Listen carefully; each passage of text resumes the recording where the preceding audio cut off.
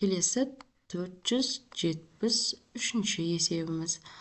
Біріншісі минус 11-дің жақша сыртында квадраты.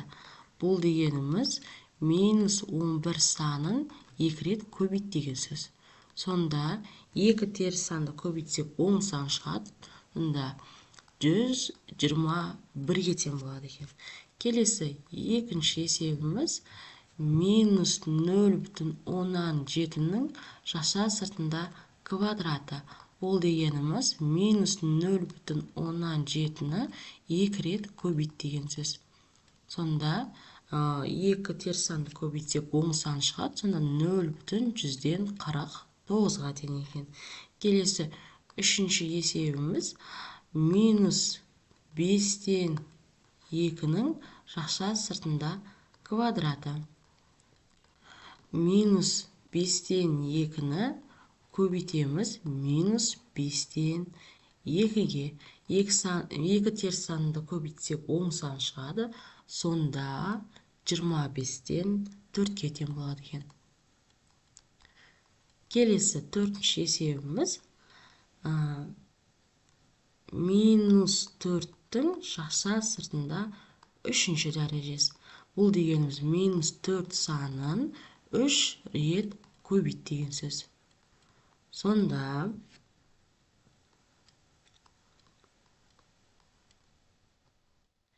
2 теріс санды көбейтсек 10 сан шығады. Оны теріс санға көбейтетін болсақ, теріс сан шығады.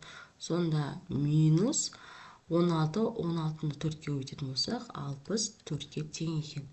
Келесі 5-ші есебіміз минус 0,2-ның жақша сыртында 3-ші дәрежесі. Яғни минус 0,2-ні 3 рет көбейт деген сөз.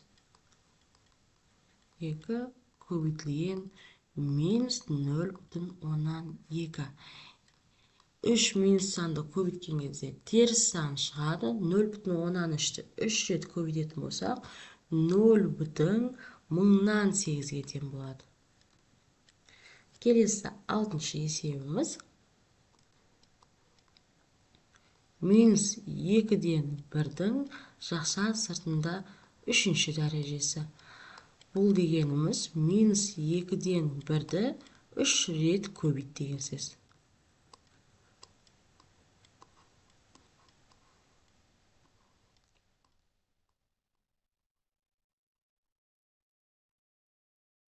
Екі теріс санды көбейтетін болса, оң сан шығады. Оны теріс санға көбейтетін болса, теріс сан шығады. Сонда 2-ні 2-ге көбейтсек 4, оны 2-ге көбейтетін болса 8-ге тең болады. Алымда 1 болады екен. Келесі 7-ші есебіміз минус 10-ның 2-ші дәрежесі қосылған 97 тең. Минус 10-ды 2 рет көбейтетін болса, ол 100-ге тең болады. 100 қосылған 97. Сонда нәтижесі 197-ге тең болады екен.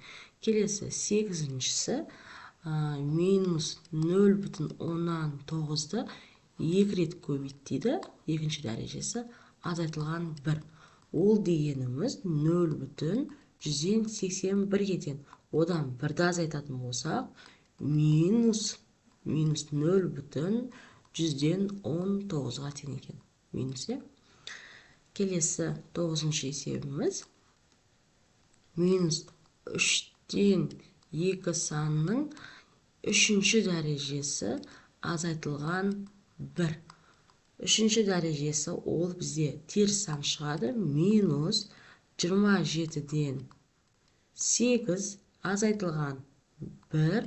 Сонда нәтижесі тең болады. Минус 1,27-ден 8-ге тең екен.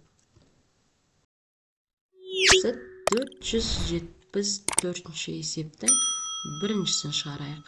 Минус 10-ның 3-ші дәрежесі және 10-ның 3-ші дәрежесін салыстырыңыздар дейді. 3 теріс санынан бізде көбейткен кезде теріс сан шығады. Ал оң санның 3-ші дәрежесі оң сан шығады. Бізде оң санымыз көп болады екен. Келесі екіншісі минус 0,1-дің екінші дәрежесі, екінші 0,1-дің екінші дәрежесі. Минус 2 минус санды көбейткенде оң сан шығады. Екі санымыз сонда бір-біріне тең болады екен. Келесі үшіншісі минус 2-ның үшінші дәрежесі және минус 3-дің екінші дәрежесі. Минус 2-ның үшінші дәрежесі ол минус 8-ге тең болады, ал минус 3-дің екінші дәрежесі 9-ға тең болады. Сонда 9-ымыз көбейген. Келесі төртіншісін шығарайық. Минус 0,5-дің екінші дәрежесі. Минус 0,5-дің үшінші дәрежесі. Үшінші дәреже болған кезде минус сан шығады, ал екінші дәреже болған кезде оң сан шығады. Сондықтан да оң санымыз көп болады екен. Келесі бесіншісін шығарайық. 1,2-ның екінші дәрежесі минус 1,2-ның екінші дәрежесі. Екеуі де тең болады, себебі екі теріс санды көбейтсек оң сан шығады. Сондықтан да тең болады екен. Келесі алтыншысы минус 1-дің 99-шы дәрежесі дейді.